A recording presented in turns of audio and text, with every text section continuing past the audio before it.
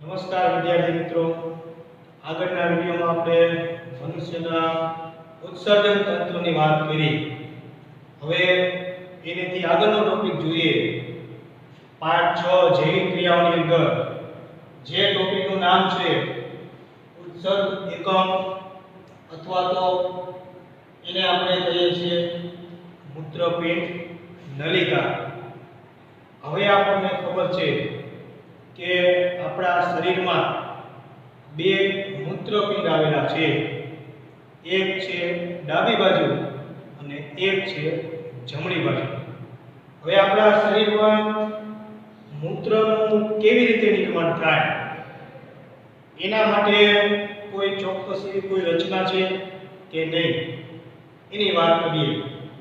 કે આપણા શરીરની અંદર જે મૂત્રપિંડ આવેલા છે એની અંદર શું આવેલું છે? મૂત્રપિંડ નલિકાઓ. અહીંયા જે મેં બોર્ડ ઉપર આકૃતિ દોરેલી છે એ છે મૂત્રપિંડ નલિકાની રચના, જેને આપણે કહીએ છીએ ઉત્સર્ગ એકમ. હજી પણ એનું બીજું નામ છે વૃક્કાણુ. લખીએ બોર્ડ ઉપર, શબ્દ ક્લિયર થાય એટલે એને આપણે કહીએ છીએ, અહીંયા લખી નાખવું,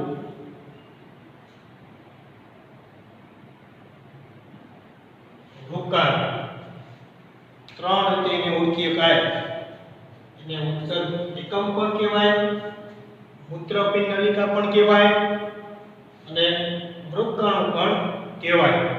તો મૂત્રપિંડની અંદર આવી જે બોર્ડ પર આકૃતિ દોરેલી છે એ પ્રકારની રચનાઓ આવેલી હોય છે. એ રચનાઓ છે એને મૂત્રપિંડ નલિકા કહે છે. એની ડેફિનેશન છે પ્રત્યેક મૂત્રપિંડમાં આવેલી ગુચરામય નલિકામય રચનાને મૂત્રપિંડ નલિકા કહે છે. મતલબ કે આ પ્રકારની રચના જે રહી દરેક મૂત્રપિંડની અંદર આવે. આપણને ખબર છે મૂત્રપિંડ કેટલા છે? તો કે બે મૂત્રપિંડની અંદર આ પ્રકારની રચના છે આવેલી હોય છે. હવે આવી રચના છે અતિ સૂક્ષ્મ છે અને એની સંખ્યા કેટલી છે પણ આપણને ખબર હોવી જોઈએ. તો એની સંખ્યા છે 10 લાખ જેટલી છે. 10 લાખ પ્રત્યેક મૂત્રપિંડમાં. કાઉન્સમાં મેં લખેલું છે તો કે આ પ્રકારની રચના ઉત્સર્ગ એકમની રચના કેટલી હશે? 10 લાખ. એટલે કે પ્રત્યેક મૂત્રપિંડમાં, પ્રત્યેક એટલે કે દરેક મૂત્રપિંડની અંદર આવી એકદમ નાની 10 લાખ જેટલી રચના હોય ત્યારે મૂત્રનું નિર્માણ થાય. તો મૂત્ર નિર્માણની ક્રિયા સમજતા પહેલા આપણે ઉત્સર્ગ એકમ સમજવો પડે. ઉત્સર્ગ એકમના પણ જુદા જુદા અંગો છે. એ આપણે આકૃતિની અંદર જોઈએ તો ઉત્સર્ગ એકમમાં પેલું છે બાહુબિંદની કોથળી, એની અંદર આવેલી છે રુધિર કેશિકા ગુચ્છ. ત્યારબાદ એના પછી તમને જે ભાગ દેખાય છે એ ભાગ તમને આમ ગુચરામય દેખાય છે. આવો જે ગુચરામય ભાગ છે જે બાહુબિંદની કોથળી નજીક હોય એ નિકટવર્તી ગુચરામય ભાગ, અને જે બાહુબિંદની કોથળીથી દૂર હોય એ છે દૂરસ્થ ગુચરામય ભાગ. આ બાહુબિંદની કોથળીથી નજીક નિકટવર્તી ગુચરામય ભાગ અહીં સુધીનો. બાહુબિંદની કોથળી પછી જે શરૂઆતનો ભાગ છે એ ગ્રીવા છે. લખીએ, અહીંયા નોટ કરીએ. આ જે ભાગ જે રહ્યો આપણે નવી ટેક્સ્ટ બુકમાં દર્શાવેલો નથી પણ જૂની ટેક્સ્ટ બુકમાં એની થોડી વિગતવાર માહિતી છે. આ જે ભાગ છે એ છે ગ્રીવા. હવે ત્યાર પછીનો આ જે ગુચરામય ભાગ જે રહ્યો એ ભાગ છે નિકટવર્તી ગુચરામય ભાગ. ત્યાર પછી આપણે આગળ જોઈએ તો એની આગળ તમને યુ આકારની રચના જોવા મળશે. તો આ જે યુ આકારની રચના છે એને કહેવામાં આવશે હેન્ડલેનો પાસ. લખી આપણે શબ્દ થોડો કટપટો છે એટલે હેન્ડલેનો પાસ, હેન્ડલેનો પાસ. ત્યાર પછી હેન્ડલેનો પાસ પછી પણ તમને જો ગૂંચળામણી ભાગ જોવા મળે. જે બ્લુ લાઇનિંગ વાળો જે ભાગ જે જોઈએ તો એ છે દૂરસ્થ ગૂંચળામણી ભાગ. ત્યાર પછીનો જે ભાગ છે એને કહેવામાં આવે છે સંગ્રહણ નલિકા. ત્યાર પછી જે મેં અહીંયા એનો કરેલો છે એ છે ક્યાં પૂછશે મૂત્રપિંડ નિવાહકો. આ મૂત્સર એકમની રચના છે આવેલી હોય છે. બાહુમેદની કોથળી કોને કહેવાય? પેલા બાહુમેદની કોથળી વિશે વાત કરીએ. જો મિત્રો એનો આકાર તમને કેવો દેખાય છે? પ્યાલા જેવો. એટલે બાહુમેદની કોથળીની આપણે વ્યાખ્યા લખવી હોય તો લખી શકીએ. બાહુમેદની કોથળી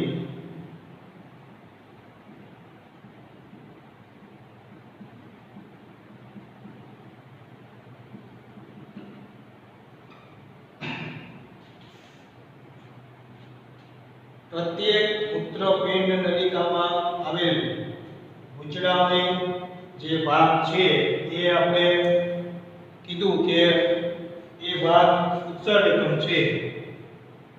ઉત્સર્ગ એકમની શરૂઆતમાં આવેલ બેવડી દિવાલ ધરાવતી પ્યાલાકાર રચના ઉત્સર્ગ એકમની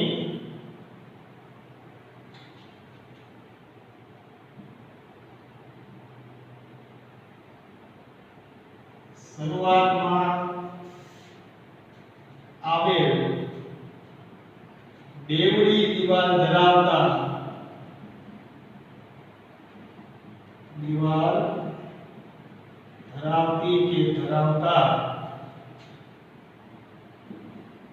પ્યાલાકાર રચનાને બાહુમેદની કોથળી કહેવામાં આવે છે. જોઈએ આ છે ઉત્સર્ગ એકમ.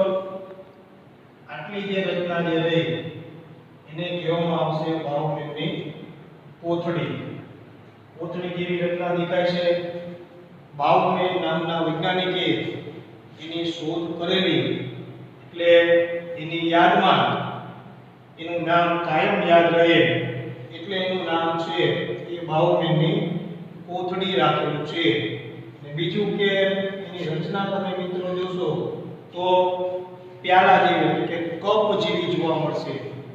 એટલે આગળની જે રચના જે રહી એ છે બાહુમેદની કોથળી. હવે બાહુમેદની કોથળીની અંદર શું આવેલું હોય છે? રુધિર કેશિકા ગુચ્છ. બીજું છે રુધિર કેશિકા ગુચ્છ.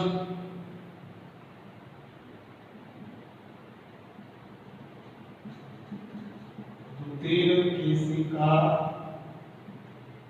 ગુચ્છ. રુધિર કેશિકા ગુચ્છ કોને કહેવાય? બાહુમેદની કોથળીની અંદર આવેલી અતિ સૂક્ષ્મ રચના ધરાવતી રુધિર વાહિનીઓને રુધિર કેશિકા ગુચ્છ કહેવામાં આવે છે. ફરી વખત બાહુમેદની કોથળીમાં આવેલી અતિ સૂક્ષ્મ ગૂંચળામય રચનાને રુધિર કેશિકા ગુચ્છ કહેવામાં આવે છે. આ બાહુમેદની કોથળી અને એની અંદર રુધિર કેશિકાઓ છે એ ગૂંચળામય આવેલી હોય. આ રીતના બાહુમેદની કોથળીમાં રુધિર કેશિકાઓ જે રહી એ ગૂંચળામય આવેલી હોય અને ભેગી હોય એટલે એને રુધિર કેશિકા ગુચ્છ કહેવામાં આવશે. બાહુમેદની કોથળીમાં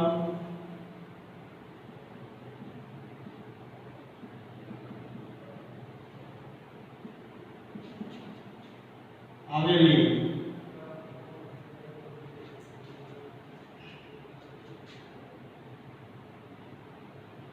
અતિ સૂક્ષ્મ અને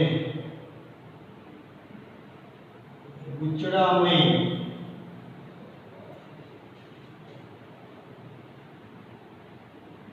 रुधिर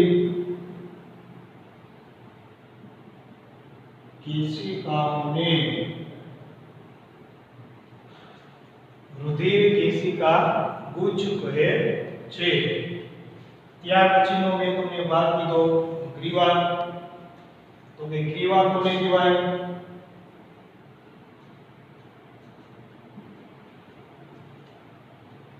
बावमीनी कोथળી પછી જે સાંકડો ટૂંકો ભાગ છે એને ગ્રીવા તરીકે ઓળખવામાં આવે છે। બાવમીની કોથળી પછીના સાંકડા ટૂંકા નલિકામય ભાગને ગ્રીવા કહે છે। એટલે આટલો જે ભાગ જે રહ્યો એ છે ગ્રીવા। ત્યાર પછીનો જે ભાગ જે રહ્યો એ નિકટવર્તી ગુચરામય ભાગ।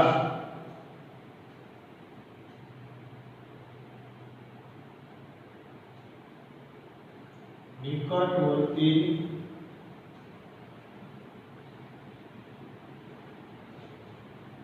गुचरामय भाग कंटिन्यू एनी डेफिनेशन जे रही एना पछीना पॉइंट में पड़ती जाए એટલે આપણે વ્યાખ્યા જે રહી એની નહીં લખી ખાલી નામ લખી અને સમજશું।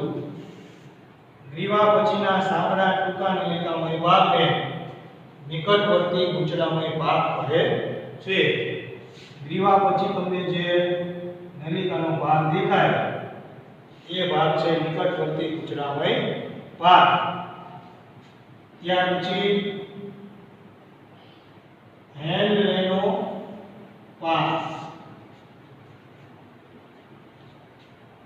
નિકટવર્તી ગુચરામય ભાગ પછી તમને યુ આકારની રચના જોવા મળશે। આ જે યુ આકારની રચના છે એ છે હેનલેનો પાસ। નિકટવર્તી ગુચરામય ભાગ પછીની યુ આકારની રચનાને હેનલેનો પાસ કહેવામાં આવે છે। આટલી જે યુ આકારની રચના છે એ યુ આકારની રચના હેનલેનો પાસ છે। એક પછી એક પોઈન્ટ આવતો જાય એના ઉપરથી એની વ્યાખ્યા બને। નિકટવર્તી ગુચરામય ભાગ પછીના યુ આકારની રચનાને હેનલેનો પાસ કહેવાય। હેનલેનો પાસ પછી दूरस्थ गुचरामय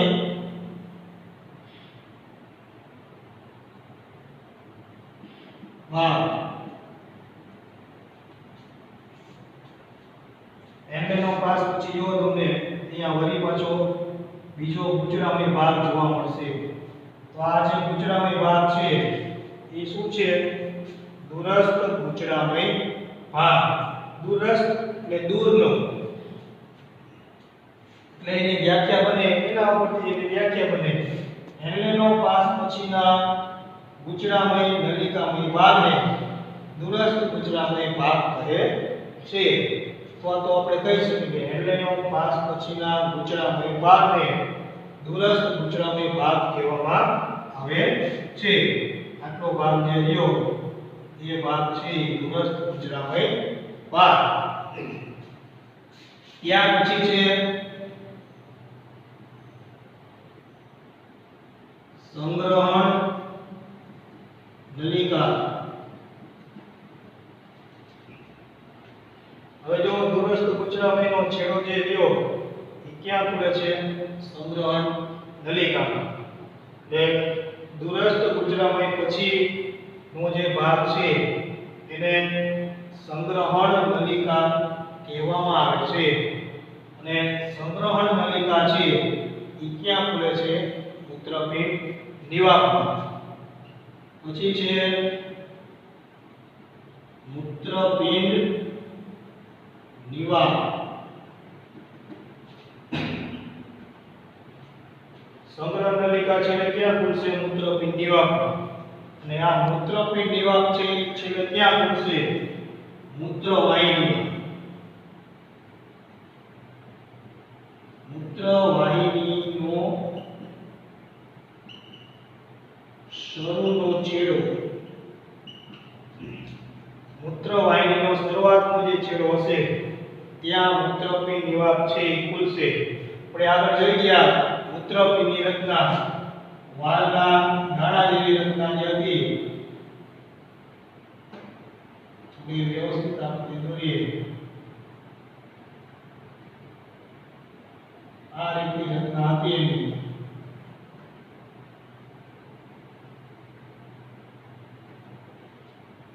હવે સમજીએ, આ છે મૂત્રપિંડ. હવે એની અંદર આવી રચના જે રહી, આ પ્રકારની રચના એ કેટલી આવેલી હોય એવી રચના?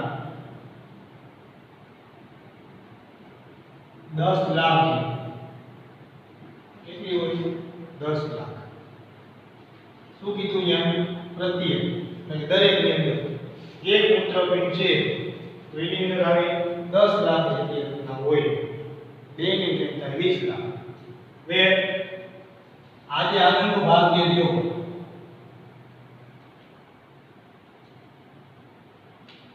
આ જે ભાગ જે રહ્યો એ બધો ભાગ જે છે એને કહેવાય મૂત્રપિંડ નિવાહક. ઘણી બધી અસંખ્ય રચનાઓ હોય એ બધી છેલ્લે ક્યાં ખુલતી હોય? અહીંયા મૂત્રપિંડ નિવાહક. જ્યાં મૂત્રપિંડ નિવાહક છે ત્યાંથી શું ચાલુ થતું હોય? છેલ્લે મેં લખ્યું હતું મૂત્રવાહિની. ત્યાં શું હશે? મૂત્રવાહિની. એટલે જે કઈ બધું મૂત્ર હોય એ મૂત્રપિંડ નિવાહકમાં આવે અને ત્યાંથી પછી મૂત્રવાહિની.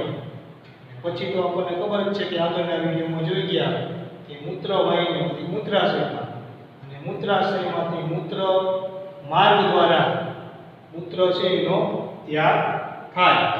આ રીતે આપણા શરીરમાં જે મૂત્રપિંડ આવેલા હોય એમાં મૂત્રપિંડ નલિકાની રચના હોય છે. ફરી વખત જોઈ લઈએ મૂત્રપિંડ નલિકા.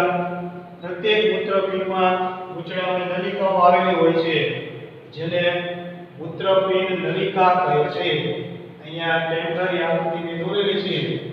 આ જે રચના જે રહી એ મૂત્રપિંડ નલિકાની રચના છે જેની સંખ્યા કેટલી હોય છે મિત્રો? 10 લાખ. પણ દરેક મૂત્રપિંડની અંદર એકમાં 10 લાખ, 2 મૂત્રપિંડ હોય એટલે 2 ની સંખ્યા 20 લાખ.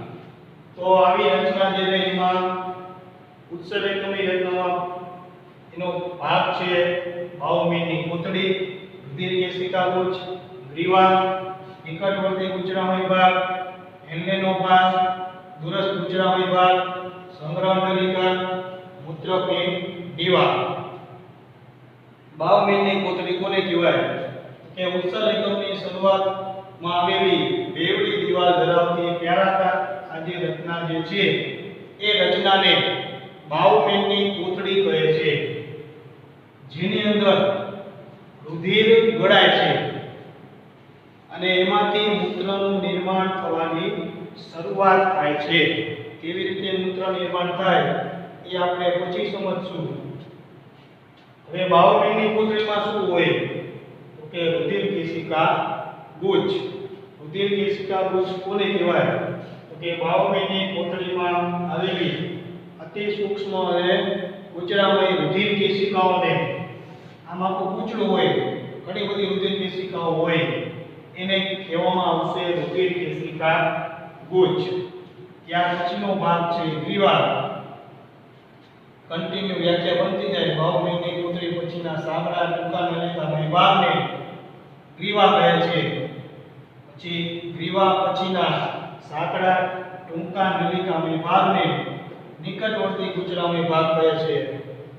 નિકટવર્તી ગૂંચળામય ભાગ પછીના યુ આકારે આવેલ ભાગને અથવા તો યુ આકારે આવેલ રચનાને હેન્લેનો પાસ કહે છે.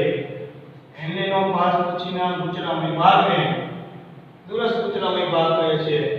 દૂરસ્થ ગુચરામયનો છેડો સંગ્રહ નલિકામાં ખુલે છે, જ્યાં મૂત્ર છે એ સંગ્રહ પામે છે અને ત્યાંથી મૂત્રપિંડ નિવાકની અંદર જાય છે.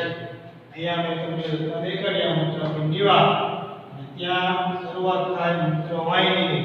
એટલે મૂત્ર જે ત્યાંથી મૂત્રવાહિનીની અંદર જાય. આ રીતે આપણા શરીરમાં ઉત્સર્ગ એકમની રચના આવેલી હોય છે. હવે આના જ ઉપરથી આપણે વાત કરવાની છે મૂત્ર નિર્માણ. મૂત્ર નિર્માણ કોને કહેવાય અને કેવી રીતે આપણા શરીરમાં મૂત્રનું નિર્માણ થાય છે. અહીંયા સુધી ક્લિયર હોવા જોઈએ. આપણે મૂત્રપિંડ નલિકા છે એ આપણને જો વ્યવસ્થિત સમજ પડે તો આપણને મૂત્રનું કેવી રીતે નિર્માણ થાય ખબર પડે. એના ભાગ કેટલા હોય એ બધી આપણને હવે ક્લિયરિટી થઈ ગઈ છે. હવેની વાત છે મૂત્રનું નિર્માણ. તો પહેલા મૂત્ર નિર્માણની ડેફિનેશન જોઈએ. મૂત્ર નિર્માણની વ્યાખ્યા શું થાય કે આપણે લખેલી છે બોર્ડ ઉપર, મૂત્રપિંડમાં વહેતા રુધિરમાંથી ઉત્સર્ગ દ્રવ્યો અલગ કરવાની ક્રિયાને મૂત્ર નિર્માણ કહેવામાં આવે છે. અહીંયા પોઈન્ટ લખીએ. નવો પોઈન્ટ મૂત્ર નિર્માણ.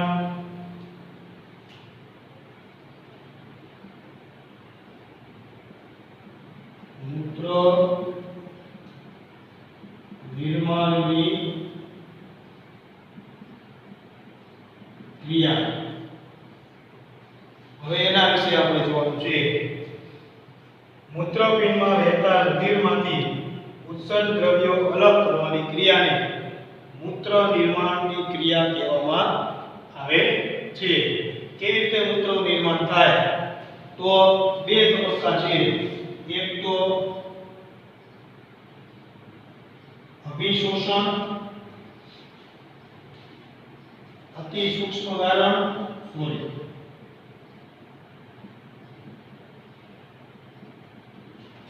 અને બીજું છે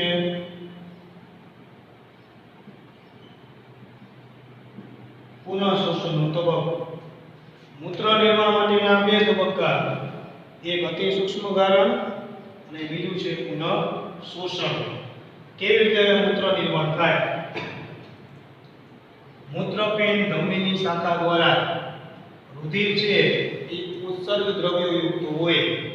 એ ઉત્સર્ગ દ્રવ્યો યુક્ત રુધિર મૂત્રપિંડ ધમનીની શાખા દ્વારા ક્યાં આવશે? બાહુમેદની કોથળીમાં. હવે બાહુમેદની કોથળીમાં શું આવેલું છે? રુધિર કેશિકા ગુચ્છ, એટલે કે રુધિર કેશિકાઓ. વધુ રુધિર જે રહ્યું એ છેલ્લે ક્યાં આવશે? પહેલા તો જો આ મૂત્રપિંડ, મૂત્રપિંડની અંદર આવેલ છે મૂત્રપિંડ નલિકા. એટલે મૂત્રપિંડ ધમનીની શાખાઓ દ્વારા મૂત્ર જે રહ્યું બાહુમેદની કોથળીમાં આવે. બાહુમેદની કોથળીમાં આપણને ખબર છે રુધિર કેશિકા ગુચ્છ આવેલી છે, એટલે કે રુધિર કેશિકાઓ. હવે જેવું ઉત્સર્ગ દ્રવ્યો યુક્ત રુધિર, શબ્દો હું વાપરું છું યાદ રાખજો, ઉત્સર્ગ દ્રવ્યો યુક્ત રુધિર જેવું બાહુમેદની કોથળીની રુધિર કેશિકા ગુચ્છમાં આવશે ત્યાં એ ગળાશે.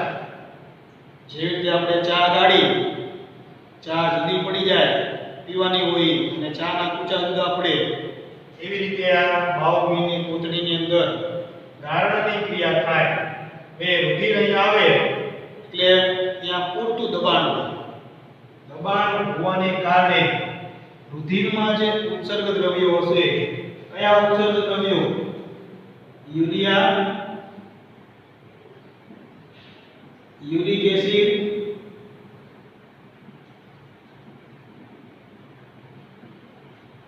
એમિનો એસિડ,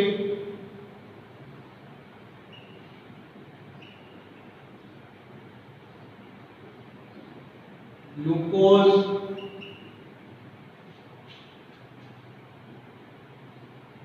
ક્ષાર અને પાણી. આ જે છે રુધિરમાં રહેલા ઉત્સર્ગ દ્રવ્યો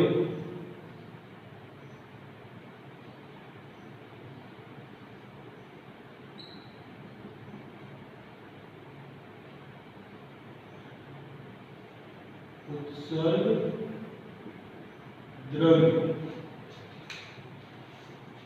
જેવું રુધિર મૂત્રપિંડ ધમનીની શાખા દ્વારા ભાવપિંડની કોથળીમાં આવશે તે રુધિર કેશિકા ગુચ્છની અંદર રુધિર છે એ ગળાશે અને રુધિરમાં જે ઉત્સર્ગ દ્રવ્યો હશે કયા urea uric acid amino acid glucose ક્ષાર અને પાણી આ બધું શું થશે અહીંયા અલગ પડશે અહીંયા જે છે એ બધું છૂટું પડશે આ ભાવપિંડની કોથળીમાં બધું જે રહ્યું અહીંયા આટલા જે દ્રવ્યો કીધા એમાંથી છૂટા પડશે હવે આ દ્રવ્યો જે રહ્યા એ ધીમે ધીમે શું થશે આગળ વધશે ધીમે ધીમે ગ્રીવામાંથી નિકટવર્તી નીચલામય ભાગમાંથી ધીમે ધીમે આગળ વધશે કરતા કરતા ક્યાં જશે છેક એમએનો પાસ આ ઉત્સર્ગ દ્રવ્યો આગળ આવશે ત્યાંથી આગળ ત્યાંથી એ ઉત્સર્ગ દ્રવ્યો પ્રવાહી છેલ્લે ક્યાં જશે સંગ્રહણ નલિકામાંથી મૂત્રપિંડ નિવાહમાંથી મૂત્રવાહિનીમાંથી મૂત્રાશયમાંથી મૂત્રમાર્ગ મારફતે ઉત્સર્જિત થાય જે અહીંયા જે ગાળણ થયું ભાવપિંડની કોથળીમાં રુધિર કેશિકાઓ દ્વારા જે ગાળણ કરવામાં આવ્યું એ કયું ગાળણ હશે અતિ સૂક્ષ્મ ગાળણ અને પુનઃ શોષણ એટલે કે હવે આ જે ઉત્સર્ગ દ્રવ્યો હતા આ યુરિયા એમિનો એસિડ ગ્લુકોઝ ક્ષાર અને પાણી તો આ ઉપયોગી છે આમાં અમુક વસ્તુ જે છે આપણને ઉપયોગી છે એમિનો એસિડ છે ગ્લુકોઝ છે ક્ષાર છે અમુક ટકા પાણી છે તો એ બધા પદાર્થોનું ઉત્સર્જન ન થાય જેવા ઉત્સર્ગ એકમની રચનામાં આગળ વધશે જો અહીંયા મેં લાલ કલરની રુધિર વાહિની દોરેલી છે એટલે જેવા ઉત્સર્ગ દ્રવ્ય આગળ વધશે એવું અહીંથી શું થઈ જશે એનું શોષણ કોણ શોષણ કરશે તો કે એના ઉપર શું ગોઠવાયેલું હોય રુધિર વાહિની ગોઠવાયેલી હોય જે લાલ કલરની મેં દોરેલી છે અહીંયા જો અમુક જગ્યાએ આ બધી શું છે રુધિર વાહિની એટલે કે જેવું મૂત્ર પસાર થતું હોય ઉત્સર્ગ દ્રવ્યો પસાર થતા હોય અને જરૂરી જે લાગે એ બધાનું શોષણ થતું જાય એમિનો એસિડ શોષાય ગ્લુકોઝનું શોષણ થઈ જાય ક્ષારનું શોષણ થઈ જાય અને પાણીનું શોષણ થઈ જાય અને પછી જે વધે ક્યાં સુધી શોષણ થાય તો મિત્રો આનો છેલ્લો ભાગ એટલે કયો ભાગ દૂરસ્થ ગુચરામય ભાગ અહીંયા સુધી એમાંથી જેટલા જરૂરી એવા પોષક દ્રવ્યો હોય એ બધા ફરી વખત શોષાઈ જાય અને જે બાકી જે વધે એ મૂત્ર સ્વરૂપે ઉત્સર્જિત થાય પુનઃ શોષણ કે કોને કહેવાય કે જે ઉત્સર્ગ દ્રવ્યોમાં રહેલા પદાર્થો છે એ શોષાઈ જાય તો એ ક્રિયા જે છે એ પુનઃ શોષણની ક્રિયા છે અને ત્યાર પછી જે કંઈ બધું બનશે એ બનશે મૂત્ર આ રીતે આપણા શરીરમાં મૂત્ર નિર્માણ છે એ મૂત્ર નિર્માણ થાય છે પુનઃ શોષણ બાદ પુનઃ શોષણ એટલે ફરી વખત શોષણ બે વખત શોષણ થયું કેવી રીતે જો એક વખત બાહુબલીની કોથળીમાં શોષણ થયું એટલે આ બધું શું થયું અલગ થયું પણ અહીંયા શોષણ જે થયું એ શોષણ રુધિર કેશિકા ગુચ્છની અંદર થયું એટલે એ ગાળણની ક્રિયા થઈ ગઈ એટલે એ અતિ સૂક્ષ્મ ગાળણ છે અને અહીંથી ફરી વખત જ્યારે એ આખા ઉત્સર્ગ એકમની રચનામાં પડશે ત્યારે ફરી વખત શોષાશે એક વખત તો શોષણ થઈ ગયું હોય અને જ્યારે ઉત્સર્ગ એકમ ઉપરથી પસાર થાય ત્યારે રુધિર વાહિનીઓ છે એનું ફરી વખત શોષણ કરે જેવી રીતે રુધિર કેશિકા બાહુબલીની કોથળીમાં આવેલી હોય એવી જ રીતના આ ઉત્સર્ગ એકમ ઉપર પણ ગોઠવાયેલી હોય અને અને એમાંથી ફરી વખત જરૂરી એવા પોષક દ્રવ્યોનું શોષણ થઈ જાય અને એ શોષણ થઈ જાય ત્યાર પછી જે કંઈ ઉત્સર્ગ દ્રવ્યયુક્ત પ્રવાહી બનશે એને કહેવામાં આવશે મૂત્ર. મૂત્રની ડેફિનેશન કે મૂત્ર કોને કહેવાય?